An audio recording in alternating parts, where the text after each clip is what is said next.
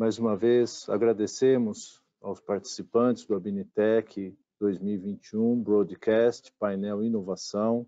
Agradecemos aos parceiros da SET, aos diretores da BINI, aos colegas e associados da BINI, aqui também participantes. Gostaríamos de chamar para as palavras de boas-vindas, inicialmente, o Carlos Fini, presidente da SET, Sociedade Brasileira de Engenharia de Televisão, para a mensagem de boas-vindas. Carlos, por favor. Israel, Olá, que é o Olímpio. Olímpio, o Carlos então, Fini. o Fini deve estar com algum problema, eu até mandei uma mensagem para ele. Tá.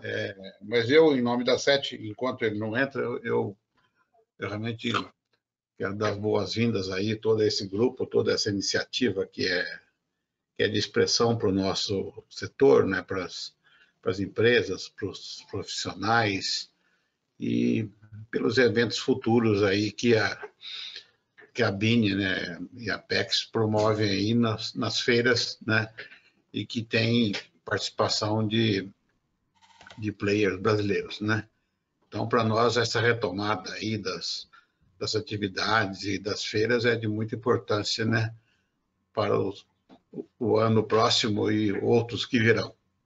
E realmente, esse momento que nós vivemos nos últimos 2 anos, né, interromperam essa ação que a gente já vinha fazendo aí uns bons anos aí, em conjunto com a Sindivel e, logicamente, com a PEX e com as empresas que fazem parte dessa cadeia, principalmente as empresas brasileiras nas feiras no exterior.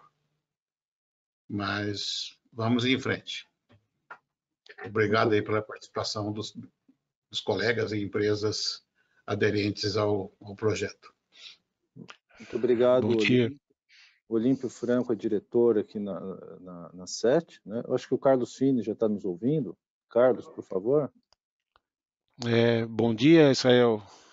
Bom dia, Olímpio, colegas da Seja Digital, da Globo, da Intel, da Samsung e do Fórum. Eu peço desculpas, minha conexão caiu e eu fiquei sem retorno e voltei agora. Mas eu queria agradecer muito a BINI e a você, Israel, a oportunidade de estar dizendo aqui. Eu compartilho com as palavras do Olímpio. Acredito que precisamos, em todas as entidades, algo que eu vejo muito presente na BINI, que é promover negócios, promover atividades, fomentar negócios e fomentar encontros que propiciem negócios, porque o momento exige isso. Eu acho que a SET também tem esse papel de unir ali os associados e as empresas ao entorno da mídia eletrônica, né? No sentido de trocar informação, e não foi a pandemia que nos impediu de fazer isso, assim como no caso da BINI, não deixou de atuar, não deixou de operar, e está aí realizando esse encontro aí de tecnologia e inovação.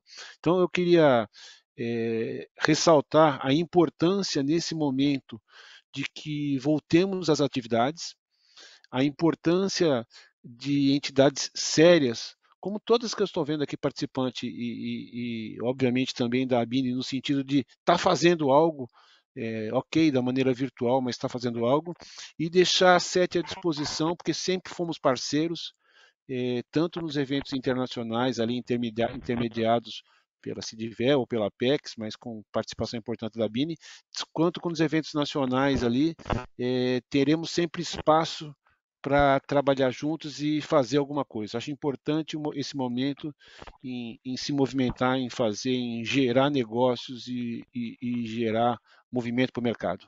Muito obrigado, Israel, e bom dia. Muito obrigado, Carlos, pelas palavras e pelo apoio mútuo entre as entidades, né? Nós entendemos que o sistema de inovação, no qual a BINI é um dos protagonistas, junto com a SET, ele envolve muitos atores, né? Então, quando a gente reúne os atores de inovação, tanto empresas como academia, como profissionais, como entidades representativas dos institutos de pesquisa e também dos consumidores, nós conseguimos ter um bom resultado para o mercado e desenvolver negócios, que é na verdade, é o objetivo das entidades, ajudar os seus membros a desenvolver negócios.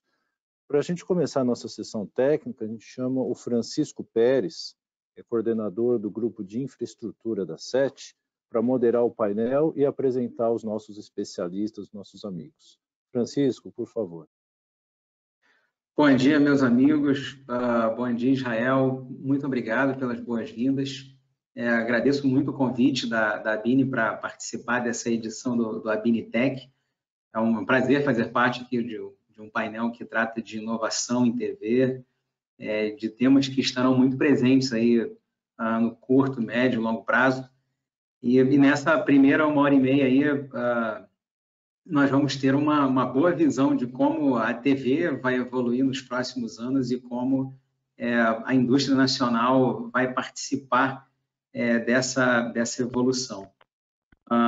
O primeiro tema que a ABINE selecionou para a gente tratar nesse painel é de um programa nacional chamado Programa Digitaliza Brasil, que é um programa nacional, como eu falei, para digitalizar mais de 1.500 retransmissoras de TV em todo o nosso território e um programa que foi eleito pelo Ministério das Comunicações, pela Anatel, e que tem sido executado, muito bem executado, pela Seja Digital, que é a empresa responsável por gerir os recursos desse programa.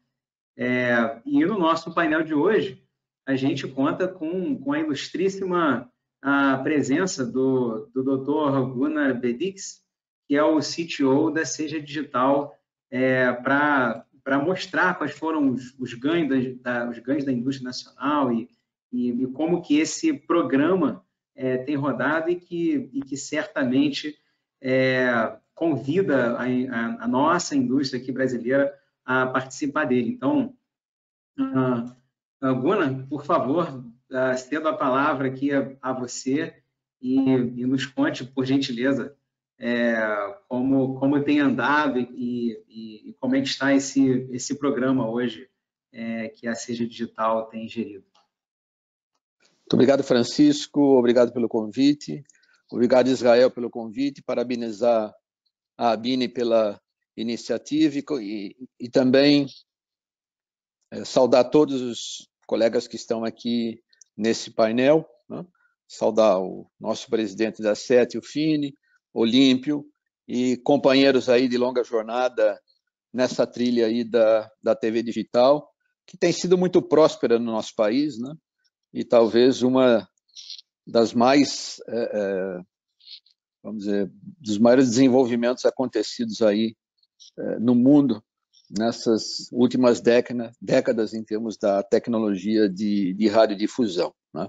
Apenas pontuando, o Brasil é um destaque mundial nessa área, né? Isso não é uma redundância, mas em função da dimensão nacional e da contribuição da radiodifusão e o quão importante é isso para as políticas públicas hoje dentro do Brasil. Pretendo trazer aqui informações que não é apenas de um trabalho da Seja Digital, né? Mas mais do que isso, é um trabalho conjunto entre o Ministério das Comunicações, Anatel, Abert, Abratel, Astral, SET e o Fórum do Sistema Brasileiro de TV Digital, né? Próximo slide, Israel, faz favor.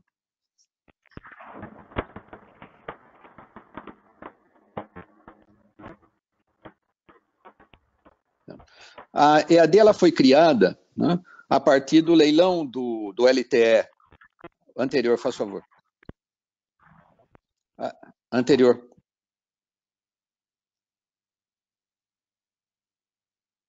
Anterior.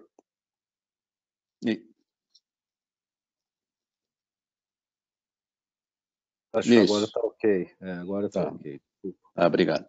Então, a EAD ela foi criada a partir, por determinação do leilão do LTE 4G 700 MHz lá em 2014, como uma obrigação das proponentes vencedoras, né, que foram a Algar, Claro, TIM e Vivo. Então, surgiu essa experiência no Brasil de uma associação, né, de uma entidade que seria responsável por algumas obrigações do edital. Próximo slide, por favor. Essas obrigações, então, elas foram determinadas pelo edital e também, além da criação da EAD, né, foi criado o GIRED, que é o grupo que coordena todo o trabalho dessa implantação que ocorreu da TV digital e da limpeza do espectro por 700 MHz, e que é composto ali pela Anatel, pelo Emicom, pelas 4 operadoras vencedoras do leilão do 4G, por representantes da radiodifusão e que, no final, coordenam as atividades da EAD. Próximo, faz favor. Nós dividimos, então, as atividades da... Próximo slide, isso, obrigado. Nós dividimos, então, as atividades da EAD na primeira fase em 3 áreas aqui que nós criamos alguns brandings aqui, né? Que é a Seja Digital, a EAD Engenharia e a TV Perfeita. A Seja Digital, ela teve por responsabilidade operacionalizar a conversão, né, da população para a recepção do sinal digital da televisão terrestre no Brasil, através da distribuição ali dos conversores da TV digital para recepção nas TVs analógicas. A EAD Engenharia, ela teve como foco, né, o remanejamento de 1.039 canais de TV e RTV para a liberação da faixa de 700, e a TV Perfeita, que é o outro braço da EAD, teve como foco mitigar as possíveis interferências entre os sistemas LTE 4G e TV nos 5.570 municípios do Brasil. Próximo, faz favor. Apenas como um exemplo da dimensão do nosso trabalho, essa aqui era o espectro da faixa de 700 MHz da cidade de São Paulo em 2015. Né? Então, antes de iniciar o trabalho de remanejamento, antes de nós começarmos todo esse trabalho, nós tínhamos ali o espectro de 700, o canal 52 ao 69, ocupado ali por canais analógicos, né, e por canais digitais. Então, nós tivemos que fazer a limpeza desse espectro, não só em São Paulo, estou trazendo o exemplo de São Paulo, mas no Brasil todo, nós tínhamos, né, ocupações da faixa que precisariam ser liberadas para que os 700 MHz pudesse entrar em operação. Então, dessa forma, o nosso trabalho ele foi grande no sentido de liberar esse espectro, remanejar esses canais que estavam nessa faixa para as faixas inferiores, né? E dentro disso também acomodar esses canais, né? De tal forma que pudesse a faixa de 700 ficar limpa para a operação aí do LTE. Então, nós conseguimos fazer esse trabalho com bastante sucesso e com o apoio de todo o grupo que eu mencionei. Próximo slide, faz favor.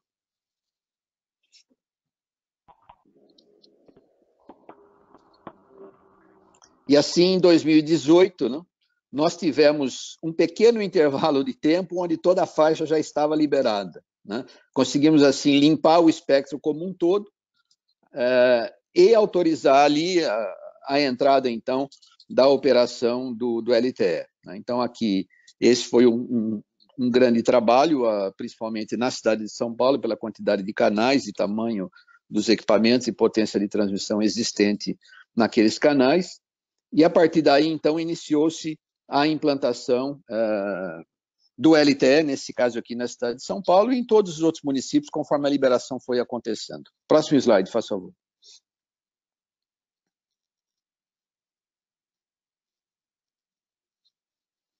Então, o nosso cronograma de implantação, né, as cidades liberadas e o 4G conforme ele foi sendo ativado.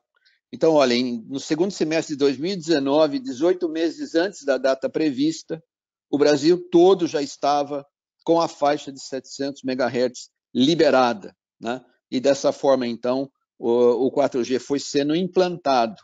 É importante a gente destacar que esse foi um caso único no mundo, onde nós íamos limpando o espectro e o 4G foi sendo implementado. Né? Muitos países que fizeram a transição, primeiro eles digitalizaram, limparam o espectro, depois fizeram um leilão e depois implantaram os sistemas de transmissão.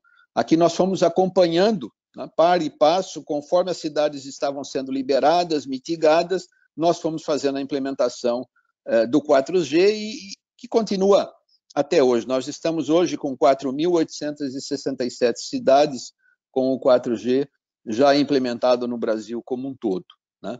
Mas é um marco importante esse trabalho, porque é um trabalho conjunto, né? De tal forma que pudesse acontecer dessa forma, né? Seja com a participação da radiodifusão, com a participação das operadoras, com a parte regulatória, que era muito importante, de forma que isso pudesse trazer os benefícios para a população, né?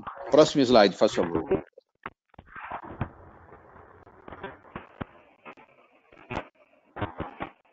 Então, assim, nós concluímos as atividades da EAD, da primeira fase, né? Desligando o sinal analógico em 1.379 cidades, o que representou 60% da população brasileira, apenas com o sinal digital. Então, foi um grande passo quando nós, assim, finalizamos. Remanejamos 1.039 canais, teve envolvimento aí de 347 radiodifusores e 568 projetos técnicos regulatórios realizados para essa atividade.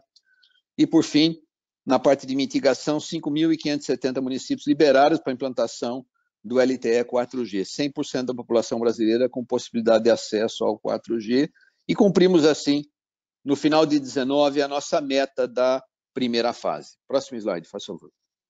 Com isso, né, quando a EAD, então, apresentou ao GIRED, né, e subiu ao Conselho Diretor a finalização de suas atividades, foi bastante satisfatório, né, a forma com que isso ocorreu, porque nós terminamos o trabalho antes do prazo, dentro do cronograma, e ainda houve uma sobra de recursos. Então, no momento que finalizamos esse trabalho, aqueles recursos que haviam sido aportados na primeira fase, ainda restaram aí por volta de 1,2 bilhão de reais dos trabalhos executados. E por determinação do Conselho Diretor da Anatel, então foram atribuídos o que nós chamamos aqui de projetos adicionais para uso desse recurso que tinha sido aportado lá no leilão dos 700. E os dois projetos que foram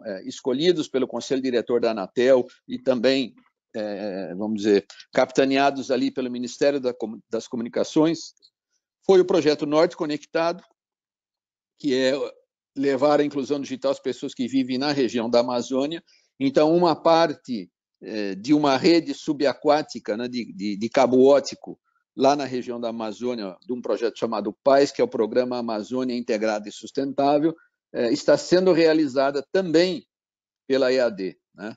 É uma rota que vai ali de Santarém até Manaus. E o segundo projeto é o projeto TV Digital, que é o programa Digitaliza Brasil, que o Francisco mencionou, e que é o nosso objetivo aqui desse trabalho que nós estamos fazendo agora. Então, com o foco no programa Digitaliza Brasil, próximo slide, faz favor. E por determinação do Conselho Diretor da Anatel, o GIRED, então, continuou o seu trabalho de acompanhamento. Então, nós passamos a esse novo desafio, né, de chegar a 1.638 municípios, 7.252 canais de TV digital e 23 milhões de pessoas. Ou seja, nós vamos implantar em 1.638 municípios a transmissão do sinal digital. Nesses 1.638 municípios serão implantados 7.252 canais de TV digital, o que vai beneficiar aí 23 milhões de pessoas. Essa é uma iniciativa importante, surgiu de um trabalho iniciado pela SET, né, quando então houve uma proposta de um site compartilhado, né, de tal forma que pudesse a mesma infraestrutura ser utilizada para diversos radiodifusores, de tal forma que isso pudesse beneficiar a população e pudesse trazer uma maior facilidade de implantação dessa tecnologia. Após diversos testes realizados e diversos projetos e trials realizados ali pela SET, né, houve o encaminhamento, então, dessa proposta ao Ministério, depois houve o encaminhamento dentro do GIRED e pelo Conselho Diretor, e nós, então, como executor do projeto, a Seja Digital, e agora em conjunto com todos os outros atores que nós descrevemos, passamos, então, a implantar esse projeto, ou seja, tirar ali, né, da prancheta e levar para o campo um modelo que até então não vinha sendo utilizado no Brasil, né? A maioria dos radiodifusores montavam os seus próprios sites de transmissão, colocavam o seu próprio sinal no ar, né, sem um compartilhamento dessa natureza, né? Mas dentro desse princípio e dentro do modelo de utilizar melhor os recursos públicos, passamos então a trabalhar nesse sentido. E o modelo que estamos executando dentro de um tipo padrão, né, é um site onde nós estamos implantando ali uma torre de transmissão de 20 metros de altura, uma antena de transmissão, um abrigo para os equipamentos e um conjunto de equipamentos, né, de até 8 canais de TV digital. Então, vocês estão vendo aqui mais ou menos um modelo dos itens, né, que compõem esse projeto, né, de tal forma, então, que a gente pudesse levar isso tudo a campo. Adicionalmente, a questão da transmissão, né, existem algumas inovações que foram incluídas no projeto e que são importantes, né?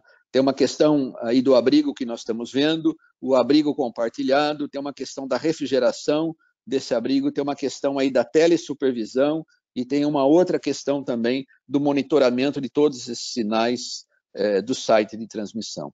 Então, bem além da questão apenas da transmissão do sinal digital naquela localidade, então veja bem, um município que hoje tem apenas o sinal analógico sendo transmitido, ele passa a receber, né, a prefeitura é a responsável por receber toda essa infraestrutura, então a prefeitura é um agente muito importante nesse projeto, onde cede o terreno, onde esses equipamentos serão implantados, e fica responsável por toda essa estrutura montada, né, e passa a oferecer para a cidade esses 8 canais, até 8 canais de TV digital que podem ser transmitidos a partir do site.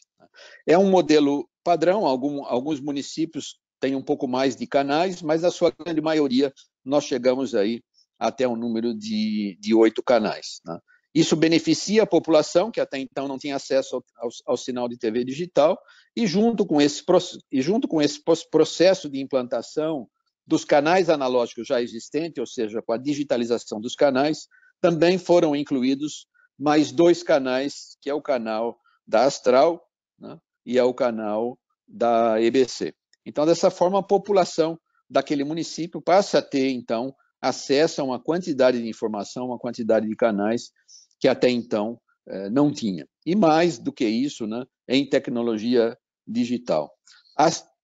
Os equipamentos utilizados são equipamentos bastante avançados, né? Houve uma preocupação muito grande com relação à parte de calor, houve uma preocupação com relação ao consumo de energia, houve uma preocupação com relação ao atendimento de todas as normas relacionadas ao Sistema Brasileiro de TV Digital, houve uma grande preocupação com relação a toda a parte regulatória, né?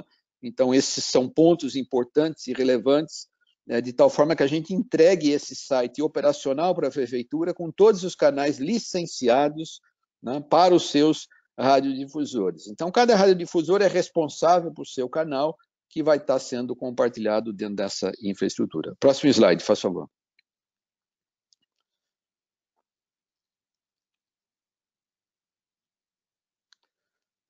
De forma bastante rápida aqui, como funciona o programa Digitaliza Brasil.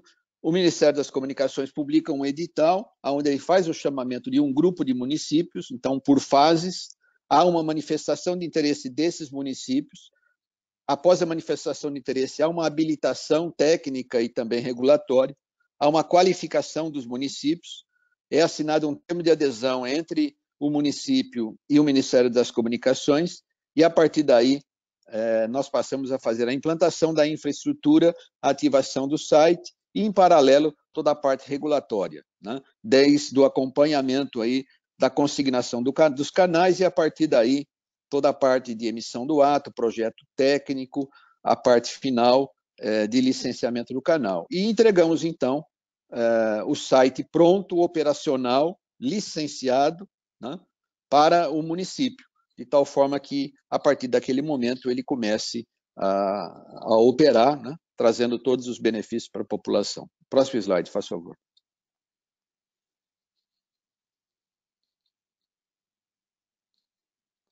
O nosso projeto, ele iniciou-se, né, no começo do ano. Em julho, iniciamos a primeira fase, então 1.638 municípios. Temos um objetivo de, até abril de 22, entregarmos a primeira fase, são 752 municípios, 3.424 canais. Julho de 22, mais 207 municípios, 1.076 canais. Janeiro de 23, 182 municípios, 872 canais. E julho de 23, 497 municípios, 1.880 canais. É um tremendo desafio, né?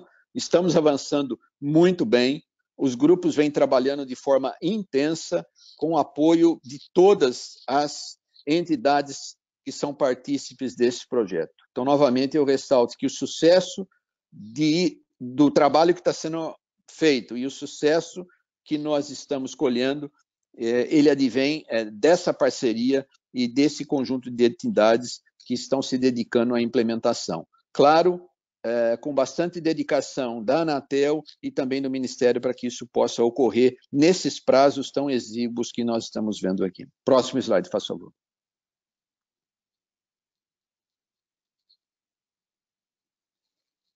E apenas para que a gente tenha uma ideia, né, do volume de negócios que esse projeto está trazendo, apenas como uma estimativa, nós temos aqui, em termos de volume de aquisições, 8.890 projetos regulatórios de engenharia, 1.638 projetos de implantação de infraestrutura, 1.638 estruturas verticais, 1.638 abrigos para equipamentos eletrônicos, 1.638 no-breaks, 1.638 antenas de transmissão broadcasting, 7.252 transmissores de TV digital, 3.276 antenas parabólicas, 1.638 multiplexadores, 1.638 sistemas de telesupervisão.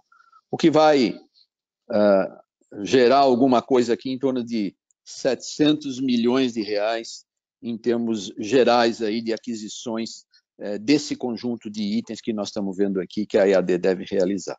Então, é um grande movimento para o setor, né? Não só do ponto de vista, vamos dizer, da implantação e daquilo que a população vai receber como serviço, como benefício da TV digital, mas mais do que isso, está movimentando várias áreas aí da indústria, né? Como destacado aqui, e também a questão da engenharia, os escritórios de engenharia e os serviços que a gente tem para fazer aqui. Então, é um projeto que tem fomentado muito a área de radiodifusão, né, e tem provocado, assim, um despertamento bastante grande para que isso não fique apenas nesse trabalho, e que esse trabalho possa depois, talvez, ser repetido para outros municípios, né, que não fizeram parte desse projeto nesse momento, e que a gente talvez possa chegar aí em todos os municípios do país, e que esse exemplo talvez possa também ser utilizado no futuro para outros projetos dessa natureza. Próximo slide, faz favor.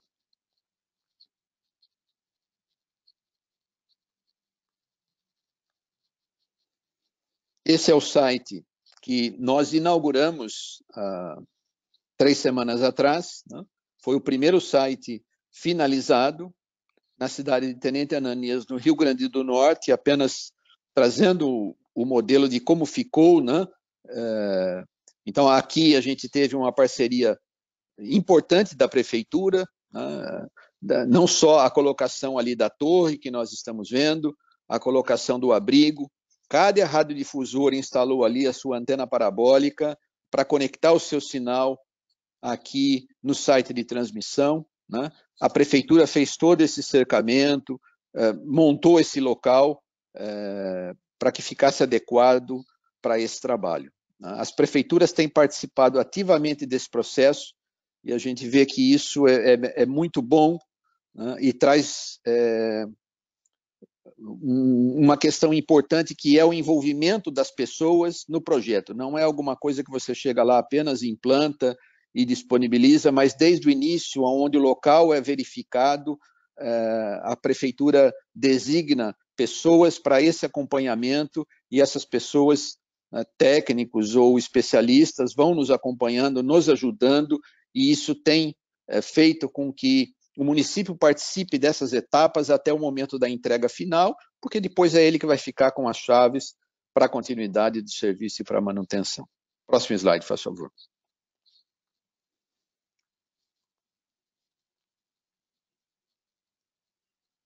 Dessa mesma forma, né, o nosso grande objetivo é entregar um site tipo, esse de Tenente Ananias, para todos esses 1.638 municípios, e apenas atualizando como está o status do programa hoje.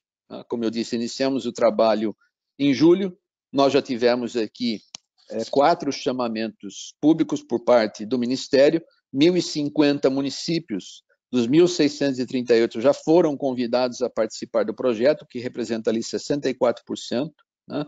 1.024 municípios manifestaram interesse. Vejam só, né?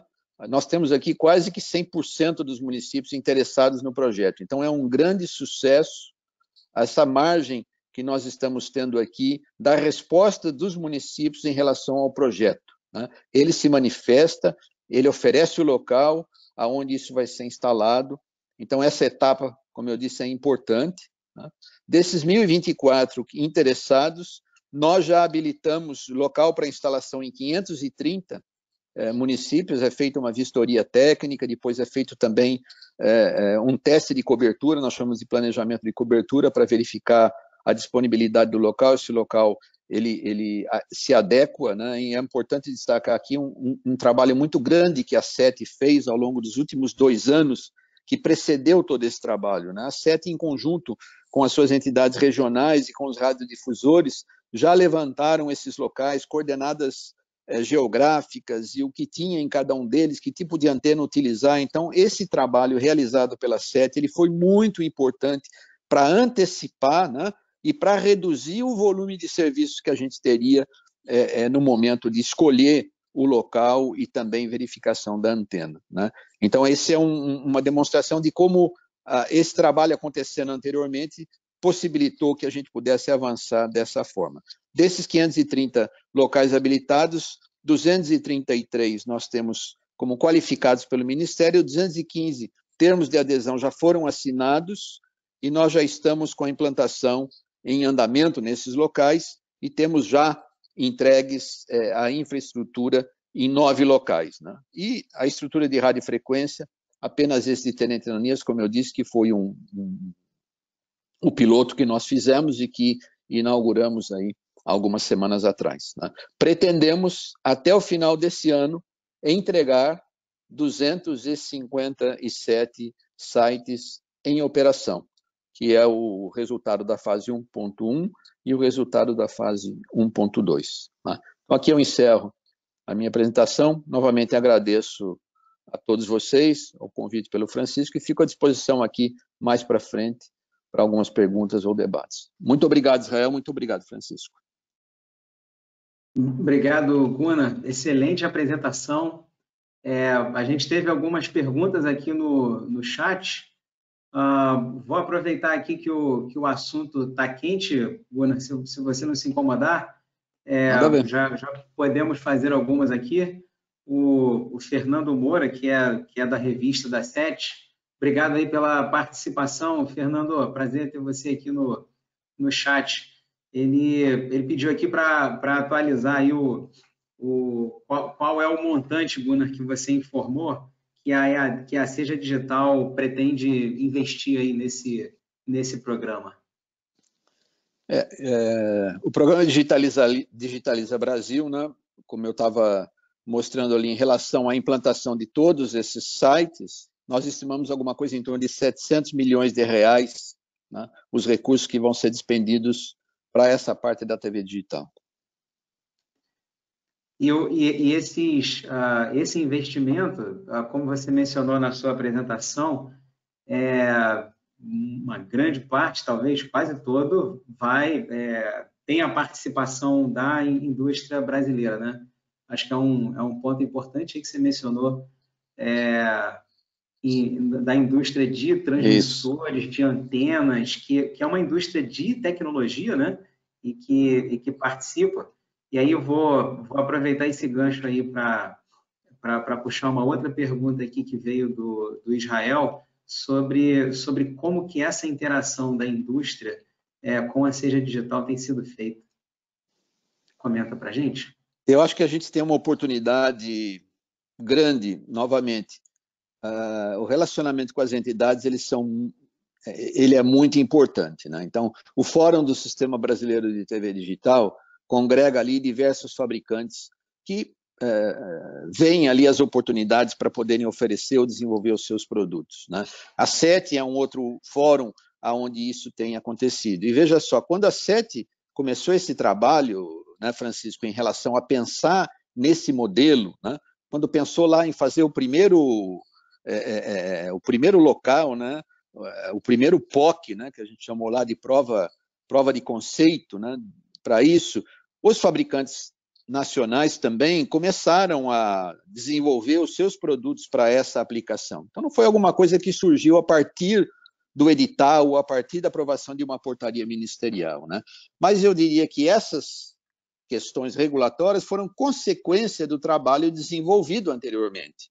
Então, o fórum, né, o trabalho da SET e os radiodifusores, focando no objetivo de implantar um site multicanal, né, de tal forma que pudesse ser utilizado, com isso teve a participação importante dos fabricantes de antenas, fabricantes de transmissores que desenvolveram seus modelos para isso.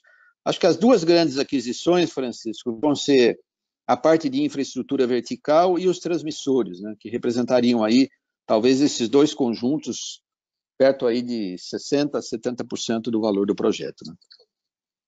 Obrigado, Guna. Vou pegar uma última pergunta aqui para a gente não exceder o nosso tempo total. O Olímpio Franco pergunta se haverá prorrogação no prazo aí para as prefeituras responderem às suas manifestações. O edital, ou melhor, a portaria 2524, que foi a portaria do Programa Digitaliza Brasil, ela estabeleceu o prazo de 30 dias para manifestação de interesse das prefeituras, né? É muito importante a gente atentar para isso, porque nós temos um cronograma para ser executado. Então, por exemplo, nesse momento nós estamos fazendo Ceará, Piauí, né, e Rio Grande do Norte. Então, a nossa tropa vai para lá, é lá que nós vamos trabalhar. Quando terminar, nós vamos para outro local. Então, a gente precisa montar as rotas, nós precisamos, junto com os fornecedores, preparar os equipamentos, ajustar a melhor rota possível para gastar o menor recurso para isso, de tal forma que a gente possa implantar isso rapidamente de uma vez só, né? Retornar para um local desse, para instalar um outro canal, retornar para um local desse, porque uma prefeitura não manifestou, seria ruim. Mas olhando o índice de manifestação que nós temos, perto de 99%, né, eu diria que esse é um risco muito baixo. Mas respondendo à pergunta do Olímpio, vai haver sim uma possibilidade chamada aí de repescagem que deve acontecer em junho do ano que vem, Olímpio. Então, se alguma prefeitura não participou ou se algum radiodifusor não manifestou interesse no prazo estabelecido, há uma possibilidade depois dessa repescagem, dessas entidades se manifestarem a posteriori. E aí, por determinação, então, ali do GIRED, quando isso finalizar, talvez ali tenha uma nova finalização da implantação. Obrigado, Guna. Valiosíssimos esclarecimentos sobre o programa Digitaliza, excelentes notícias aqui. As perguntas que vierem ainda no chat, se tivermos tempo no final, fazemos. Vou dar continuidade aqui à nossa lista aqui da BINI de temas. O próximo tema está relacionado ao 8K, que foi a experiência que foi feita aqui nas Olimpíadas. E para esse tema, nós temos aqui dois palestrantes. O primeiro é o Leonardo Chaves, que é gerente do Media Tech Lab, do Grupo Globo, e na sequência o Eduardo Campoy, que é diretor para Jogos Olímpicos da Intel Américas. Sejam muito bem-vindos aí, meus amigos, ao painel. Então, vamos começar aqui com o Léo. Leonardo, conta então para a gente como é que foi essa experiência aí do lado aí do Grupo Globo. Você tem a palavra. Muito obrigado. Eu posso exibir daqui ou Jael, ou você quer exibir daí? Já está na tela, Léo. Se você quiser, pode ser por aqui, acho que. Então tá, então Se vamos... você prefere por aí, eu te passo então Pode ser? Deixa eu te passar aqui o controle. Eu toco daqui. Ótimo. Mas nesse meio tempo aqui eu já queria de antemão...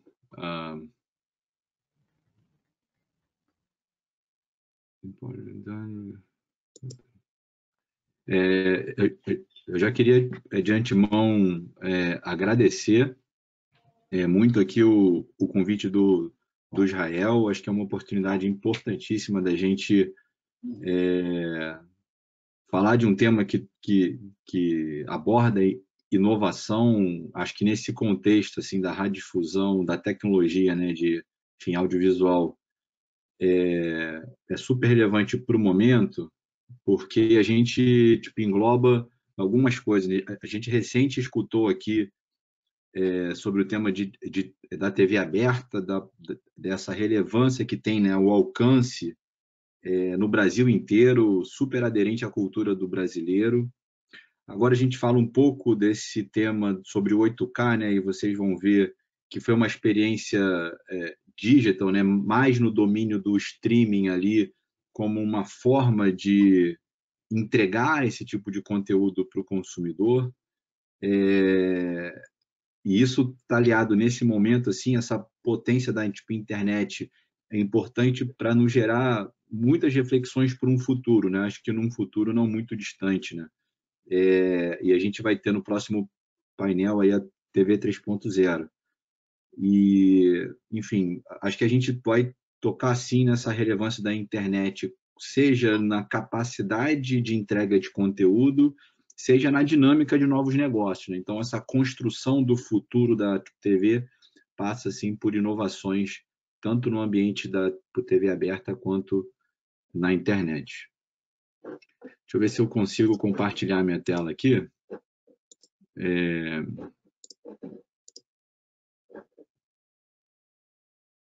Vocês já conseguem ver? Deve estar chegando aqui, Léo.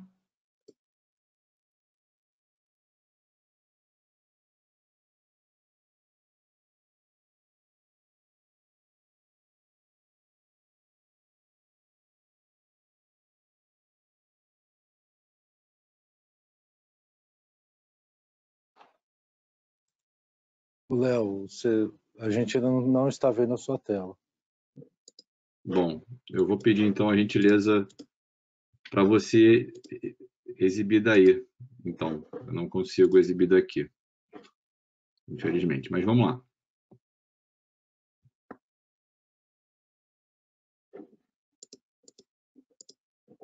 Me desculpa que eu estou com um pouquinho de delay aqui, viu, Léo? Mas a tela já está exibida.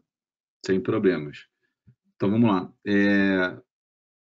Tipo, essa experiência do 8K, né? Ela foi destacada ali, ela aconteceu ao longo das Olimpíadas, enfim, de Tóquio 2020, que aconteceram esse ano, né? Por conta de tudo que a gente viu. Eu estou vindo aqui representando o MediaTek Lab. Eu vou dar aqui uns 2 minutinhos só para a gente explicar esse laboratório de inovação da Globo.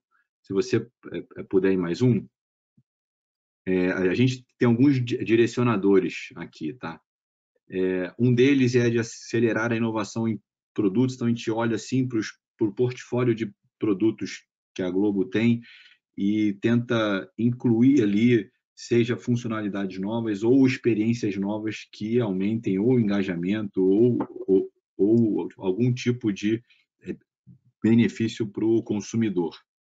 Um outro pilar que a gente tenta desenvolver muito aqui, se puder ir mais um, Jael, por favor, é essa conexão com o ecossistema de inovação, né? Estabelecer parcerias relevantes que viabilizem essa adoção de inovação dentro da Globo, né? E, por fim, construir visões de futuro. né, olhando assim a partir das nossas experimentações e dos nossos testes, ver o que faz sentido. E eu acho que o caso das Olimpíadas 8K, ela conseguiu unir tudo numa coisa só, né? O produto utilizado como inovação foi uma oferta direta para o consumidor via Globoplay. A Intel entrou como um grande parceiro também no projeto. Vocês vão escutar a participação deles aqui com o Eduardo.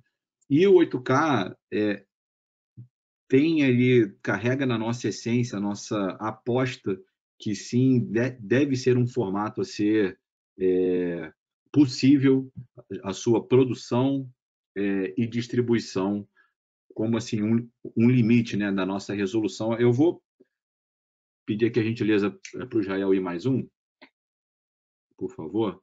Eu queria explicar rapidamente assim para quem não conhece o que é 8K, mas basicamente mais pixels significa mais resolução. Significa que quando a gente assiste um conteúdo em HD e 4K ou 8K, a gente está dizendo que a gente está assistindo um conteúdo que tenha mais informação, mais imagens, mais dots na tela, ou seja, mais resolução. Eu consigo imprimir ali uma experiência praticamente de um efeito wall ali de imersão, né?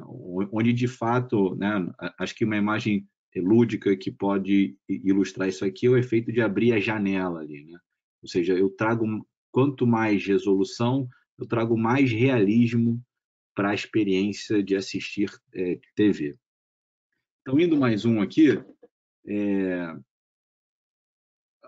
a gente conseguiu fazer essa distribuição, como eu disse, a partir da parceria com a Intel, né, que foi responsável por ter lá no IBC, lá em Tóquio, né, onde agrupam todos os sinais, a partir das arenas, né, onde equipes de produção gravavam, transmitiam os eventos para o IBC, a Intel era responsável por buscar esse sinal, codificar isso e entregar isso ao redor do mundo. Tem vários endpoints espalhados ao redor do mundo usando internet pública. Acho que essa aqui foi uma das grandes belezas, né?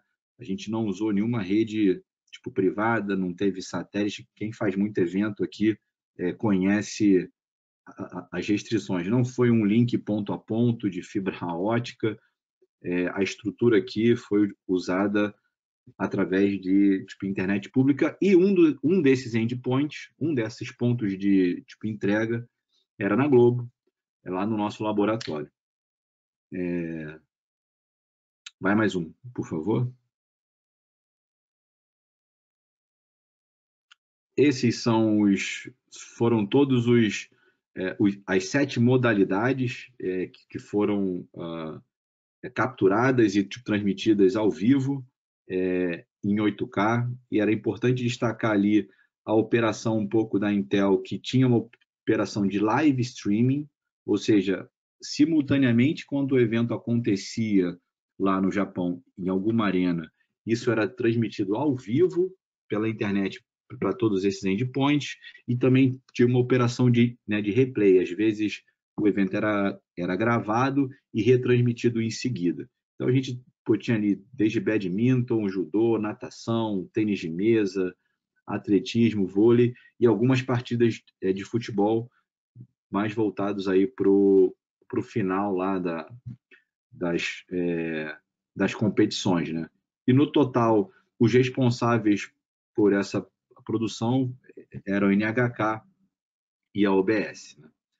Recebido esse sinal lá na Globo, a gente montou 2 estruturas, né, básicas. Uma que estava rodando no nosso laboratório, então a gente chamou disso de uma estrutura on-premises, e a gente teve uma outra estrutura paralela também na cloud, onde a gente conseguia não só gravar o sinal ao vivo ou de replay, a gente conseguia editar, ou seja, era uma ilha de edição virtual, onde a gente montou isso na nuvem. A gente utilizou um parceiro, né, da Bitmoving para gerar os perfis que seriam publicados no Globoplay. Essa publicação passava por uma curadoria, porque imagina, a gente ia ter lá uma transmissão de judô, tem 2 horas de conteúdo. A gente focou ali, como era uma experiência on demand, só de clipes, a gente focou em editar esse material para dar mais ênfase ali nas disputas apenas das rodadas, né? Então a gente publicava isso no nosso trilho. O usuário, consumidor, né, de casa, tinha a experiência de navegar num trilho 8K específico para as Olimpíadas e selecionar os clipes disponíveis ali. E diariamente, a gente, assim que recebesse conteúdo novo, publicava conteúdo novo. Então, era sempre como se fosse um highlight, né? Assim, um resumo do dia anterior que acontecia ao longo da madrugada, chegava aqui de manhã, né, no horário do Brasil, e a gente disponibilizava isso para os consumidores de teste. Pode mais um?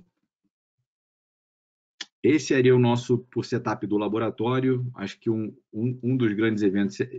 Esse é um screenshot da matéria que foi divulgada, não me engano, dia 29 ou 30 de julho, no JN, né, onde a gente, acho que foi o maior canhão de divulgação disso, com o objetivo de dar oportunidade para todos os usuários do Globoplay que tivessem uma televisão Samsung, que também foi parceira nesse evento, pudessem assistir em casa. Então, uma experiência gratuita, né, com uso não comercial.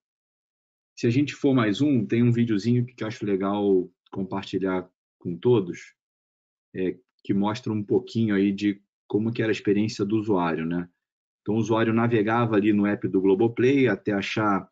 Ele tinha um trilho que caía ali chamado Olimpíadas 8K, tinha alguns cards lá, os títulos disponíveis, ele selecionava, nesse caso aí era parte da cerimônia de abertura, né?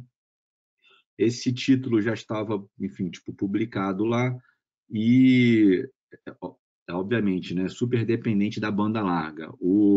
Além do consumidor ter que possuir, né, um dos poucos privilegiados, por enquanto, no Brasil, que tivessem uma TV 8K da Samsung e banda larga suficiente ali, né, a gente recomendava algo em torno de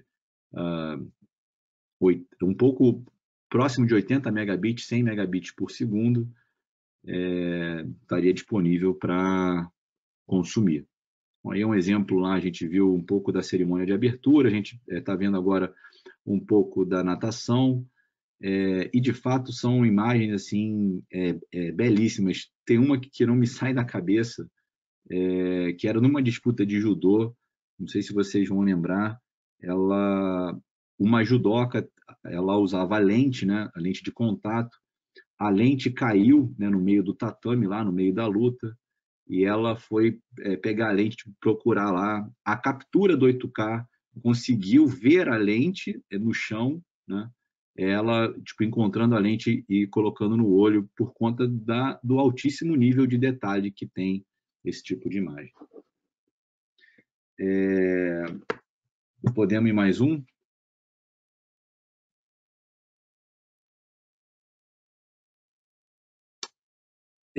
Acho importante a gente destacar isso, né?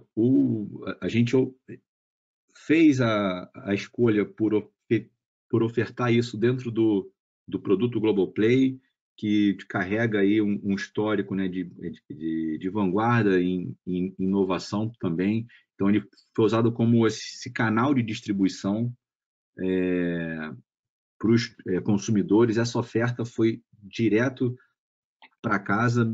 Em todas as nossas experiências do passado, era sempre algo muito restrito, né? Sempre no domínio da emissora ou em ambientes de demonstração, mesmo que públicos, mas com uma infraestrutura muito profissional, né? Acho que essa foi a primeira vez que um serviço OTT distribuiu um conteúdo 8K HDR direto para o consumidor. Então, isso foi um sonho alcançado, né? Ou seja, é uma tecnologia que está cada vez mais acessível, e a gente usou a nossa CDN própria da Globo, né? Que também tem um alcance em todo o Brasil, contando aí com toda a infraestrutura das afiliadas espalhadas nos grandes centros, né? Era importante destacar que essa foi uma experiência, de novo, não comercial e exclusiva para quem tinha TV Samsung. E se ainda tem, né? Se quem tem um privilégio de adquirir, esse trilho 8K ainda está disponível. É uma experiência que você pode ainda ter em casa, tá? Então vamos mais uma ali, por favor. Isso teve sim um impacto muito grande na imprensa nacional e na imprensa internacional, de novo, por quebrar essa barreira de um serviço OTT oferecer direto para o consumidor um conteúdo 8K HDR, num evento esportivo.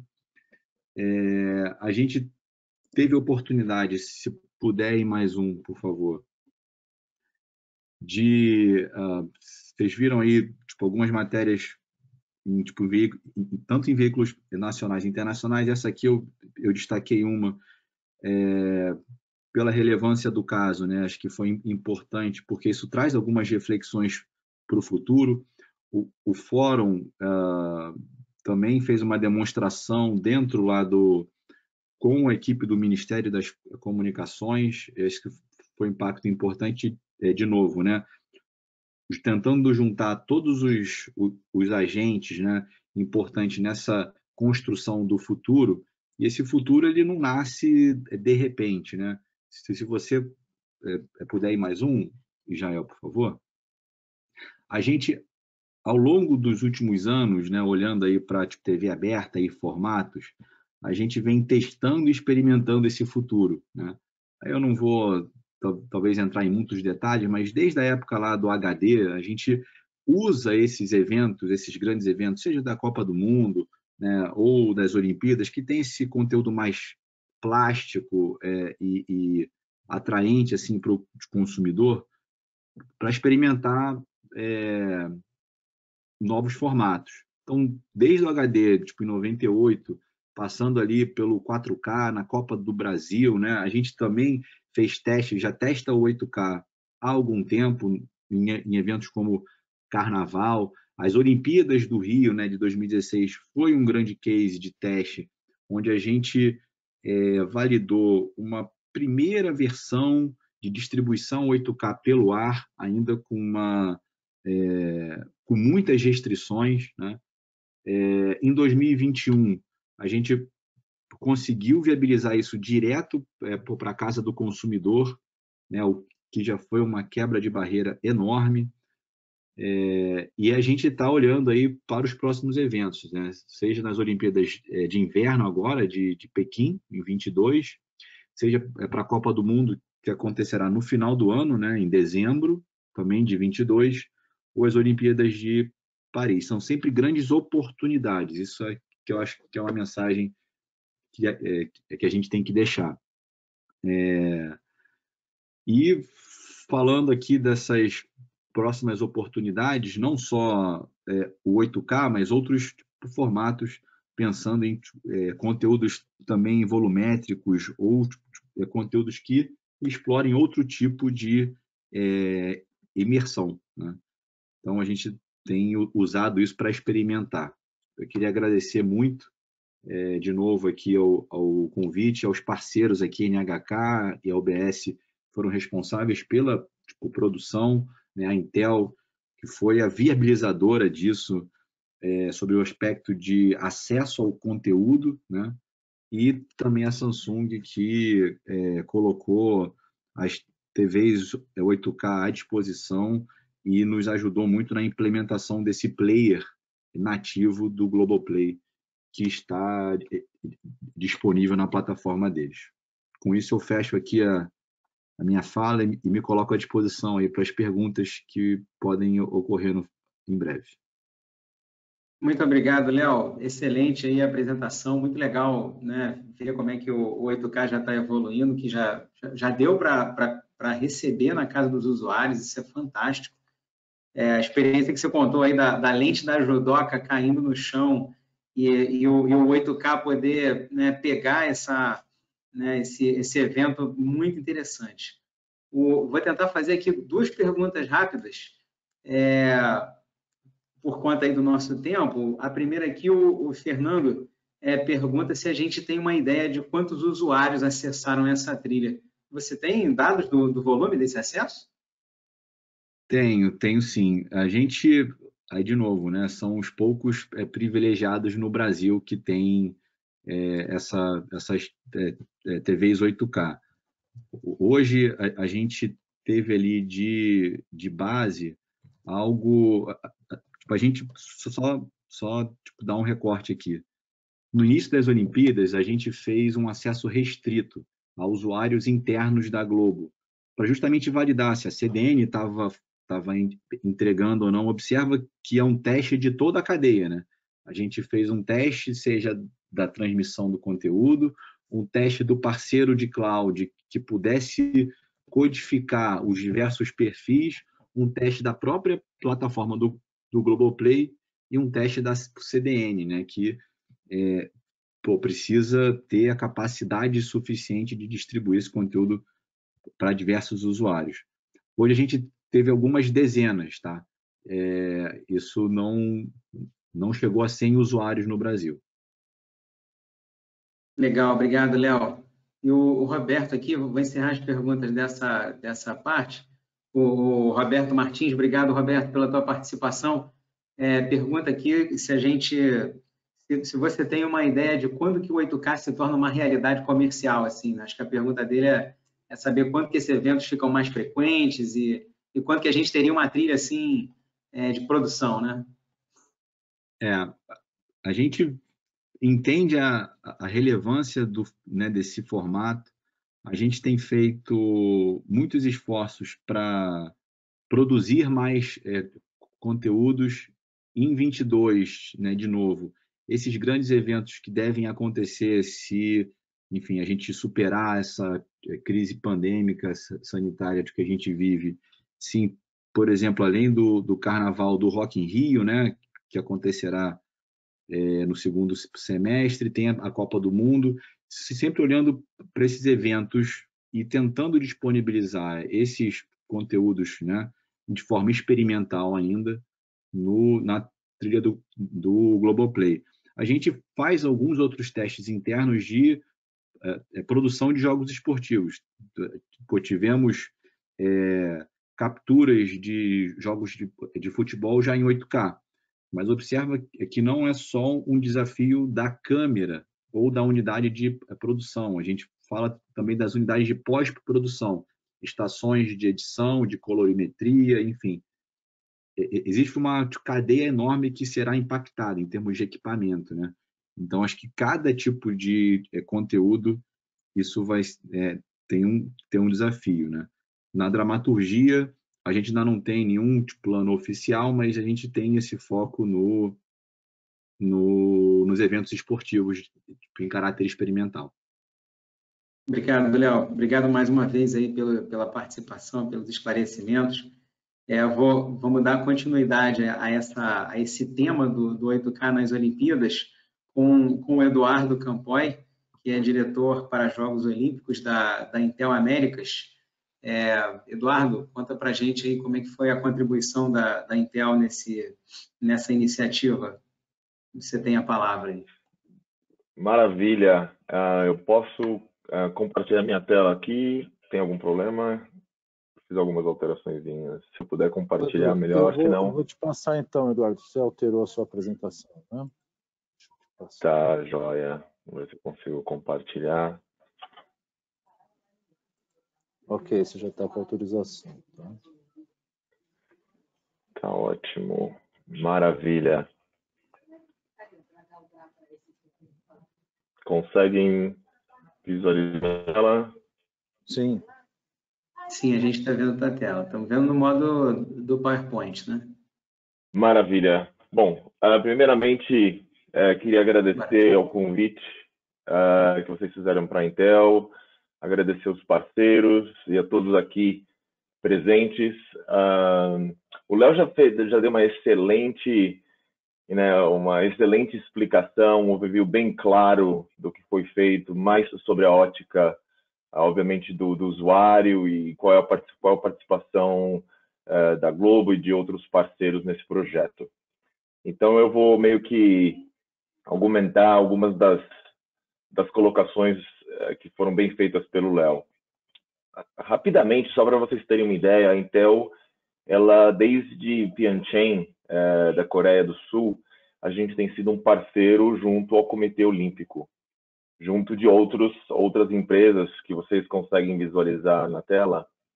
E o nosso foco tem sido, e as categorias que a gente trabalha, são tecnologias como 5G, conteúdo em realidade virtual, tudo que é relacionado à performance de atletas, inteligência artificial, e tenho certeza que todos vocês, na abertura das Olimpíadas, viram a quantidade de quase 1.600 drones que iluminaram o céu de Tóquio. Mas eu tenho um carinho bastante especial por essa tecnologia de 8K, primeiro, porque é uma tecnologia que funciona, que depende de tecnologia de ponta a ponta, desde o momento da captura da informação, da codificação da informação, da transmissão da informação, até, obviamente, o consumo da informação.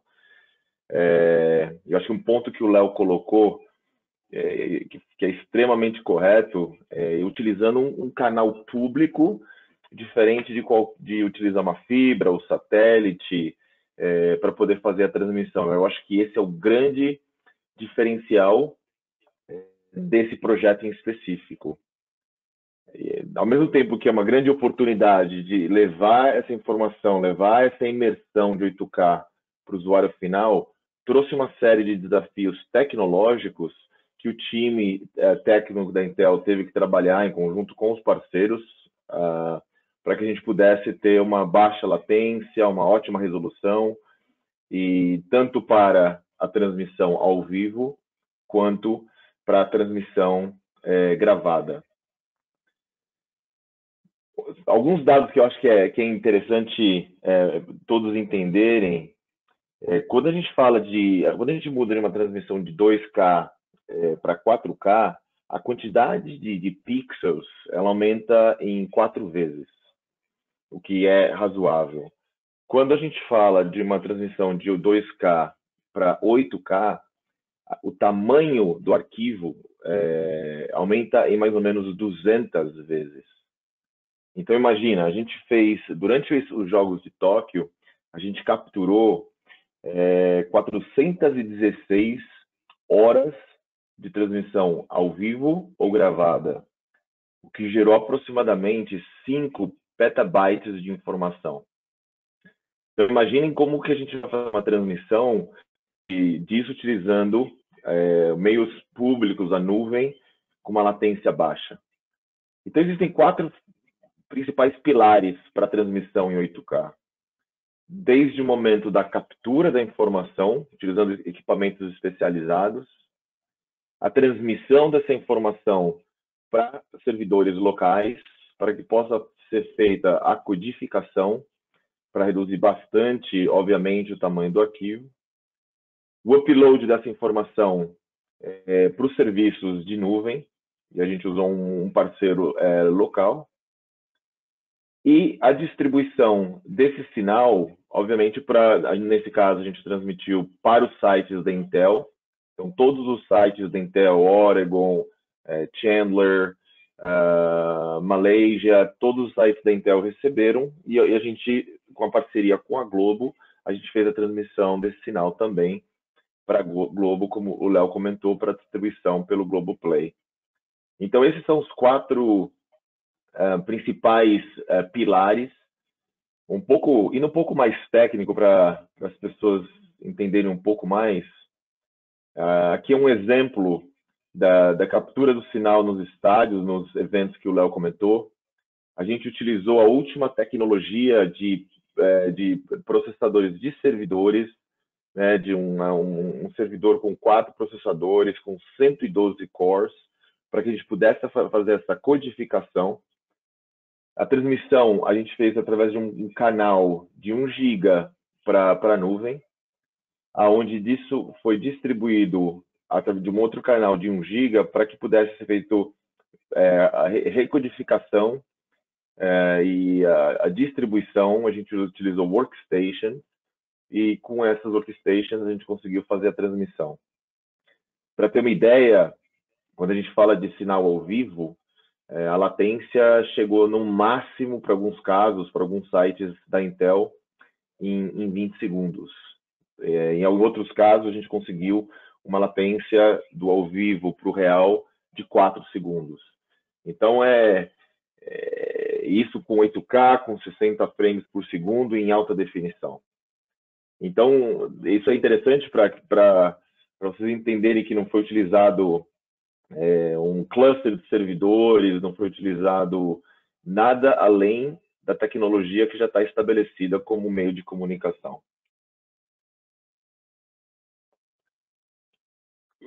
Quais são os principais pontos? Eu não vou nem comentar sobre todas eu acho que o Léo já exemplificou toda a parte de mídia, todos os releases públicos que foram feitos em redor dessa tecnologia, mas com certeza uma melhor experiência para o usuário, através de 8K com 60 frames por segundo. O serviço de codificação é a única forma que a gente conseguiu fazer a transmissão utilizando a nuvem como meio de transmissão. E aí foi o que eu comentei, né? Uma baixa latência, até menor do que a gente esperava no início. Em alguns casos, 2 segundos, em alguns casos, eu comentei 4 mais 20, mas na verdade 14 segundos. Utilizando tecnologia, obviamente, de processamento de ponta a ponta. E, como eu comentei, ao longo de 416 horas, olha a quantidade de dados de armazenamento para esse tipo de transmissão. Então, eu acho que esse projeto provou que já pode ser considerado uma realidade. Obviamente, depende, como o Léo comentou mais uma vez, depende muito da disponibilidade de ter os equipamentos de ponta em 8K num preço mainstream, num preço mais acessível, mas eu acho que está bem provado que isso é realmente o futuro para transmissão, principalmente transmissão de alta resolução em 8K.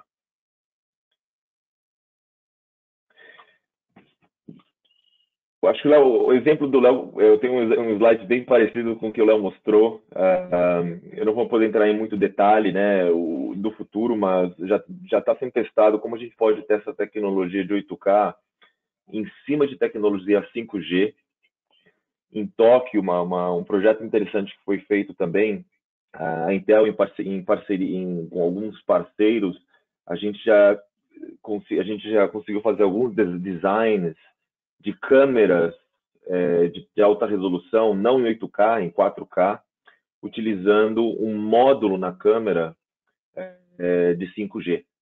Então, imagina o repórter indo no estádio, sem absolutamente fio nenhum, utilizando uma câmera convencional de 4K, com um módulo que a gente chama específico, uma CPU específica que a gente chama de FPGA, e conseguindo fazer essa transmissão em 4K, sem precisar de fio nenhum, e fazendo essa transmissão ao vivo.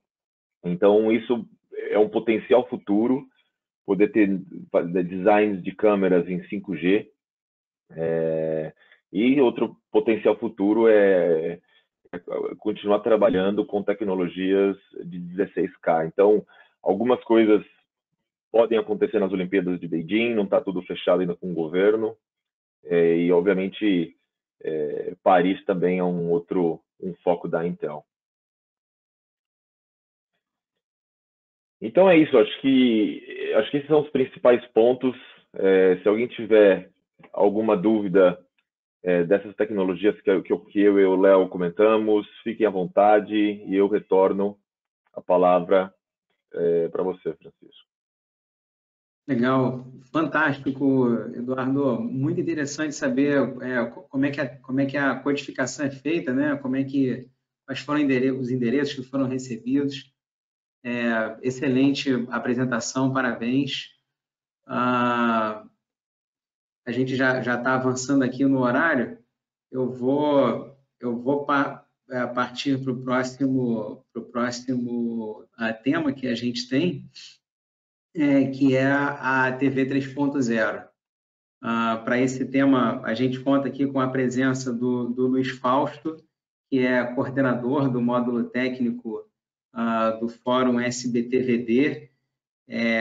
Fausto vai detalhar aqui o que é a TV 3.0, um conceito interessante aqui, que tanto tem o nome, como também todos os requisitos e todo o trabalho que tem sido feito com o Fórum, com muitas administrações do mundo e também com o Ministério das Comunicações, Anatel, para pensar na evolução da TV. Passo a palavra para você, Fausto. Obrigado, Francisco. Obrigado a Bini, ao Israel, pelo convite. Obrigado por essa oportunidade. Estou aqui hoje representando o Fórum SBTVD. Eu sou coordenador do módulo técnico do Fórum SBTVD e vim apresentar um pouquinho para vocês o projeto que nós estamos trabalhando nos últimos anos no Fórum, que é sobre o que virá depois da TV digital, né? Qual é a próxima geração da TV digital terrestre. Mais cedo aqui, no primeiro painel, na primeira apresentação do painel de hoje, o Gunnar apresentou aí o avanço do projeto Digitaliza Brasil, que é aí a culminância do sucesso da implantação da TV digital terrestre no Brasil. Desde o momento que a TV analógica começou a ser desligada no Brasil, o Fórum SBTVD começou a pensar no que viria depois, né? O que a gente vai fazer para o futuro dessa televisão no Brasil. Então, a gente trabalhou em 2 projetos. Um foi um projeto que a gente chamou TV 2,5, que a gente tentou incorporar ao sistema digital todas as inovações que fossem possíveis ser feitas de forma retrocompatível, ou seja, sem que o legado de transmissão e recepção existente precisasse ser substituído, né? Então, aí está incluído o DTV Play, está incluído uma versão de HDR retrocompatível, novos formatos de áudio imersivo, né? Mas a gente entendia que era necessário continuar avançando e algumas evoluções eram necessariamente não retrocompatíveis, né? Porque você precisava mudar a codificação de vídeo, porque você precisava mudar a codificação de áudio, você precisava mudar a camada de transporte, você precisava mudar a modulação do sinal na camada física, enfim, não tem jeito de você fazer uma mudança muito profunda no sistema, né, para realmente explorar todas as potencialidades que a tecnologia permite e, ao mesmo tempo, manter uma retrocompatibilidade, né? Então, a gente está aqui trabalhando nesse projeto, estamos numa fase de prospecção de tecnologia, de exploração de novas tecnologias, em vistas dessa próxima geração de TV digital, em vistas do que virá depois da TV digital, digamos que que começou a ser introduzida no Brasil em 2007 e a gente vê aí com o projeto Digitaliza Brasil já o final desse processo de implantação da TV digital, em vista do completo desligamento analógico em 23, e essa evolução não para nunca, né? Então, teve a TV analógica, teve a TV digital e vai ter uma próxima geração de TV, né? A gente lançou, então, uma chamada de propostas, uma chamada internacional de propostas de tecnologias candidatas para essa próxima geração de TV digital, e eu vou explicar alguns dos requisitos dessa nova proposta, apenas alguns destaques que eu trouxe para cá, porque é um projeto bastante extenso, mas que eu trouxe alguns destaques que, digamos, mudam conceitualmente o que a gente faz hoje com TV digital, né? E e a TV digital no Brasil, como já foi falado aqui, é o meio mais importante de distribuição audiovisual do Brasil e muito provavelmente vai permanecer sendo por muitos anos. Tá?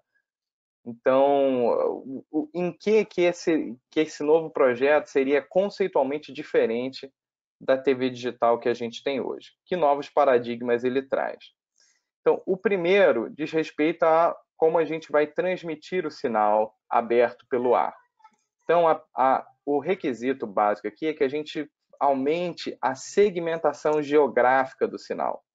Então, hoje, a gente consegue, com a TV digital, reusar o mesmo canal de televisão em estações vizinhas quando a gente faz o que a gente chama de SFN, Single Frequency Network, redes de frequência única. As redes de frequência única, elas facilitam a expansão de cobertura da TV digital, mas sempre as estações dentro de uma rede de frequência única têm que ter o mesmo conteúdo de forma sincronizada. Né? Aqui a ideia é que a gente consiga reusar o mesmo canal, mas cada estação possa transmitir um conteúdo diferente. Né? Então, você pode ter variação tanto na programação quanto na comercialização local de uma estação para outra, mesmo dentro da mesma cidade. Né? Hoje, você faz isso entre diferentes centros urbanos. Né? Você tem a Rede Globo, por exemplo, tem hoje cerca de 120 emissoras afiliadas, então quer dizer que a gente tem cerca de 120 sinais diferentes sendo transmitidos em todo o território brasileiro. Né? Mas eu tenho áreas enormes, como, por exemplo, toda a região metropolitana de São Paulo, toda a região metropolitana do Rio de Janeiro, que elas recebem um único sinal de todas as estações que cobrem essa área. Então, a ideia com a TV 3.0 é que eu consiga aumentar essa segmentação e trazer mais diversidade de conteúdo local para a população. Fazer isso reusando um único canal de televisão, né? Que é um grande desafio tecnológico. Né? E, ao mesmo tempo, a gente também quer facilitar a recepção do usuário, né? Em termos de recepção indoor, ou seja, com o uso de antena interna.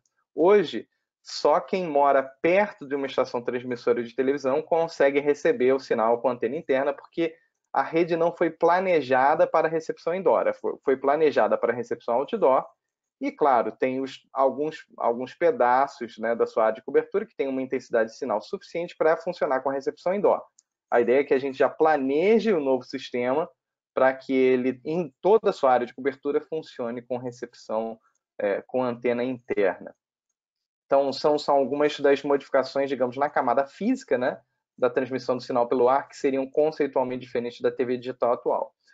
Uma outra diferença, aí, mais para a camada de transporte, é que o transporte do sinal de áudio e vídeo e dados, né, ele deixa de ser um transporte exclusivo de conteúdo audiovisual, como é o caso hoje do MPEG-2 Transport Stream, e passa a ser um transporte IP, o mesmo protocolo de transporte que é usado na internet, nas redes de dados. Né? Por que fazer essa migração do MPEG-2 Transport Stream para o IP?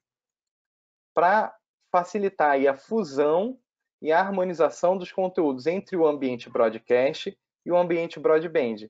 E com isso que a gente consiga ter o melhor dos dois mundos. Né? Ou seja, a gente ter o alcance da TV aberta, né? Que não tem contingência de rede, não tem link sobrecarregado em CDN, não importa se você tem milhões de usuários assistindo ao mesmo tempo, né? Então, a transmissão broadcast, ela continua sendo o jeito tecnologicamente mais eficiente de alcançar milhares e milhões de usuários com o mesmo conteúdo, com conteúdos live muito populares.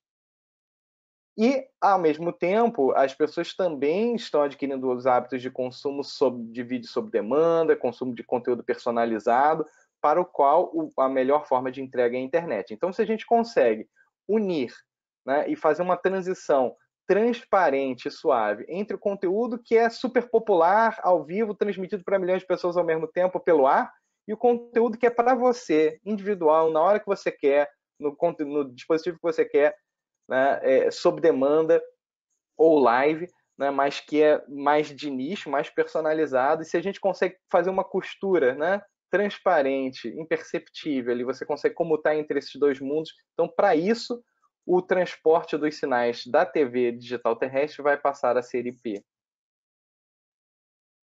E em relação, claro, ao conteúdo de áudio e vídeo, né, a gente teve aqui na segunda parte, a parte do 8K, né, apresentando o aumento de qualidade do vídeo. Então, para o projeto TV 3.0, é claro que a gente já incorporou dentro dos requisitos o suporte aos novos formatos de vídeo, incluindo o 8K, né, que aumentam também essa sensação de imersão, né, de realismo na experiência, o HDR, frame rates mais elevados, até 120 quadros por segundo. Estamos, inclusive, explorando novos formatos de vídeos volumétricos e assim por diante. E áudio, claro, personalizado, áudio imersivo. Tá? Em todo o conteúdo audiovisual, a gente quer aumentar essa sensação de imersão e de realismo do telespectador. Tá? E, claro, a gente quer poder fazer essa entrega, a melhor entrega possível para cada dispositivo, né? Para o usuário que está assistindo numa TV enorme, para o usuário que está assistindo num celular, né? E que ele sempre tenha a melhor qualidade possível naquele dispositivo para aquele conteúdo.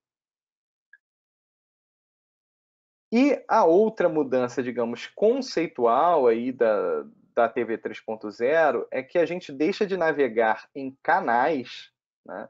E aí, entendido, canal é uma programação linear, né? Que é basicamente um conteúdo audiovisual que ele até pode ter um aplicativo interativo ali inserido, mas ele é um conteúdo basicamente linear audiovisual, agora, e que a gente hoje identifica com um número, né? Hoje é o número do canal virtual, né? Então quem assiste a Globo no Rio de Janeiro é o 4.1, em São Paulo é o 5.1.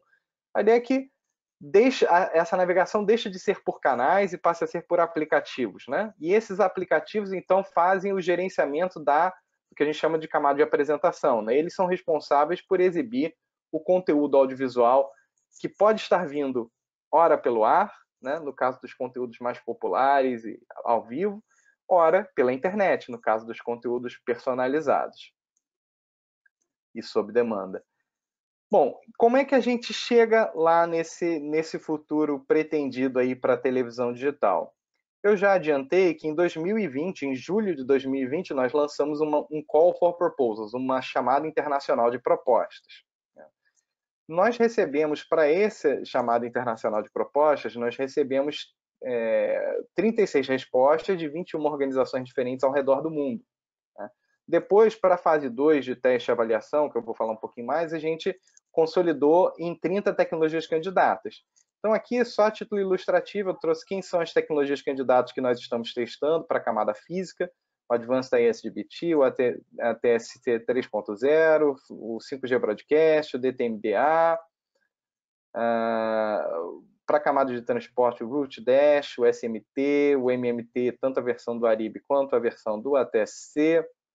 Para a codificação de vídeo, tem uma série de tecnologias candidatas, né? Tanto para codificação base, né? AVS, VVC, HEVC, quanto de melhoria, camada de melhoria de vídeo, né? Para o LC-AVC, o Dynamic Resolution Encoding, a codificação escalar, o mapeamento dinâmico do HDR, né? Temos 3 tecnologias candidatos, o SL-HDR, o Dolby Vision, o HDR10+, para vídeo de realidade virtual, né? Vídeo volumétrico, nós temos aí a tecnologia candidata V3C, em 2 modalidades, né? O VPCC-UM e V, e até um componente que é vídeos para alertas de emergência, que também estão sendo considerados. Para a codificação de áudio, nós temos aí 3 tecnologias candidatas, o AC4, o AVSA e o MPEG-H. Para a parte de legendas, nós temos 3 tecnologias candidatas, o IMSC1, o Aribe TTML e o AVS Captions. E para a codificação de aplicações, nós temos aí 6 tecnologias candidatas, 3 delas cobrindo praticamente todos os requisitos, né, de codificação de aplicações, e outras cobrindo digamos, subcomponentes específicos, né? Então, com uma proposta da MPGH para cobrir a parte de manipulação de objeto sonoro, uma proposta do Cefet para cobrir a parte de interação com realidade virtual, uma outra proposta da UF para cobrir a parte de modelos de interação mais avançados, por voz, gesto, identificação multiusuário, efeitos sensoriais e assim por diante. E tudo isso está em teste no momento. Nós iniciamos os testes em julho, terminaremos os testes em dezembro. Então, são 5 meses de teste. Esses testes estão sendo financiados pelo Ministério das Comunicações através do CNPq. Tem cerca de 70 pesquisadores envolvidos. Nós tivemos aí parcerias de indústrias nacionais e internacionais para fornecimento de equipamentos. Então, por exemplo, a Ideal Antenas aqui forneceu antenas para o site de transmissão, a RFS também, a Teletronics forneceu amplificadores que foram usados nos testes de camada física, a Fabrix forneceu waveform. Nós lançamos também um Call for Prototypes, uma chamada de protótipos de antena interna MIMO, dado que a nova camada física requer dupla polarização para recepção. Nós recebemos protótipos da Advansat, da Aquario, da Proelectronics e da Universidade Mackenzie. E tudo isso está sendo testado em um conjunto de universidades. Então, nós temos aí a Universidade Mackenzie fazendo os testes da camada física de laboratório, a Universidade Federal Fluminense fazendo os testes de campo da camada física, a Mackenzie também fazendo os testes da camada de transporte, a UNB testando a parte de codificação de vídeo, a USP fazendo os testes de codificação de áudio, a Universidade Federal da Paraíba testando a parte de legendas, e 2 universidades, a Universidade Federal de Juiz de Fora e a PUC do Rio, testando a parte de codificação de aplicações. Então, só para colocar aqui, situar o cronograma do projeto, a gente lançou então essa chamada de propostas em 20 de julho do ano passado, divulgamos o procedimento de teste e avaliação em 2 de outubro do ano passado, tivemos um prazo de resposta até 30 de novembro do ano passado. De janeiro a abril, nós tivemos aí apresentações das tecnologias candidatas para o fórum. 2 de abril, nós tivemos conteúdos de áudio e vídeo submetidos para os testes. 2 de julho, nós tivemos a entrega da documentação completa e dos equipamentos para testes. 5 de julho, iniciamos os testes, terminaremos 3 de dezembro. Depois, enfim, vamos devolver os equipamentos e vamos, em dezembro, deliberar sobre os resultados do teste para apresentar ao Ministério das Comunicações a proposta do Fórum SBTVD para os próximos passos da próxima geração. Então, o que se pensa para os próximos anos aí, 22 e 23? A elaboração das normas técnicas, a ABNT para a TV 3.0, eventuais testes complementares que sejam necessários, preenchimento de eventuais gaps das tecnologias que venham a ser adotadas, a realização, claro, de transmissões experimentais, demonstrações, divulgação, etc., tendo em vistas aí um possível target aí de lançamento comercial da TV 3.0 a partir de 2024, após o desligamento, então, da televisão analógica. Tem, enfim, muito mais detalhes aí sobre o projeto no site do Fórum, para quem tiver interesse. Eu fico à disposição. Queria só ressaltar aqui, dentro desse contexto desse painel da ABINE, né, que esses novos desenvolvimentos abrem naturalmente diversas novas oportunidades para a indústria brasileira, né, tanto do lado de transmissão quanto do lado de recepção, né. Tem uma série de novas tecnologias sendo exploradas e uma série de novas oportunidades que vão surgir para todo o ecossistema a partir desse projeto. Obrigado pela atenção de vocês e fico à disposição. Obrigado, Fausto. Obrigado pela apresentação.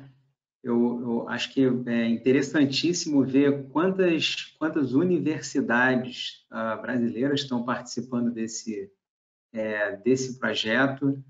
Eu me arrisco a dizer que existem mais universidades na transição agora da TV, né, para a TV 3.0 do que havia na transição do analógico para o digital.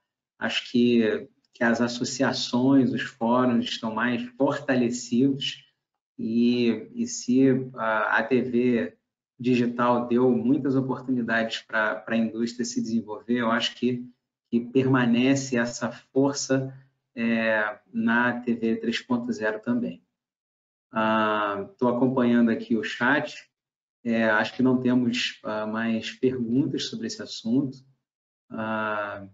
Eu queria agradecer mais uma vez aqui a Bini pelo convite, a participação de todos que estiveram aqui no painel, o Fini da SET, agradecer o Israel pela promoção desse evento e por ter nos convidado para ele, ao Gunnar da Seja Digital, o Leonardo do Grupo Globo, Eduardo Campoy da Intel e ao Luiz Fausto do Fórum SBTVD.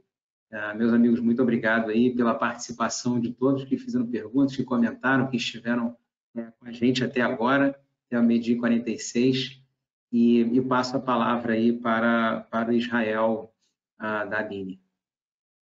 Muito obrigado, Francisco, pela moderação, pelos insights. Obrigado aos palestrantes aqui. Obrigado ao Gunnar, ao Leonardo, ao Eduardo, ao Luiz Fausto, por todo o conhecimento que vocês passaram ao nosso público. Obrigado aos diretores e colegas da Bini, empresas que estão participando aqui do nosso evento. Agradecemos a todos até pelo adiantar da hora aqui, que estão aqui acompanhando e tendo essas informações importantes que vão viabilizar aí as tomadas de decisões e novos negócios por parte da nossa indústria. Nós informamos que esse evento vai ficar gravado, a gente vai disponibilizar na mesma página que foram feitas as inscrições, então vocês podem rever aqui os conteúdos, e caso queiram fazer contato com os palestrantes, caso queiram se aproximar mais para tirar dúvidas, o meu e-mail está aqui à disposição, israel@bini.org.br. A gente pode concentrar aqui o recebimento de questões e poder direcionar aos participantes. E, mais uma vez, nós agradecemos pelo apoio que todos vocês estão dando às iniciativas da Bini no fomento da indústria brasileira e do setor elétrico e eletrônico como indutor do desenvolvimento dos demais setores, tanto da indústria como da economia. Inclusive aí, o setor do entretenimento, que é muito importante para a nossa economia. Muito obrigado à SET pela parceria, na pessoa do Carlos Fini, do Olímpio, e agradecemos a todos e damos boa tarde a todos. Muito obrigado.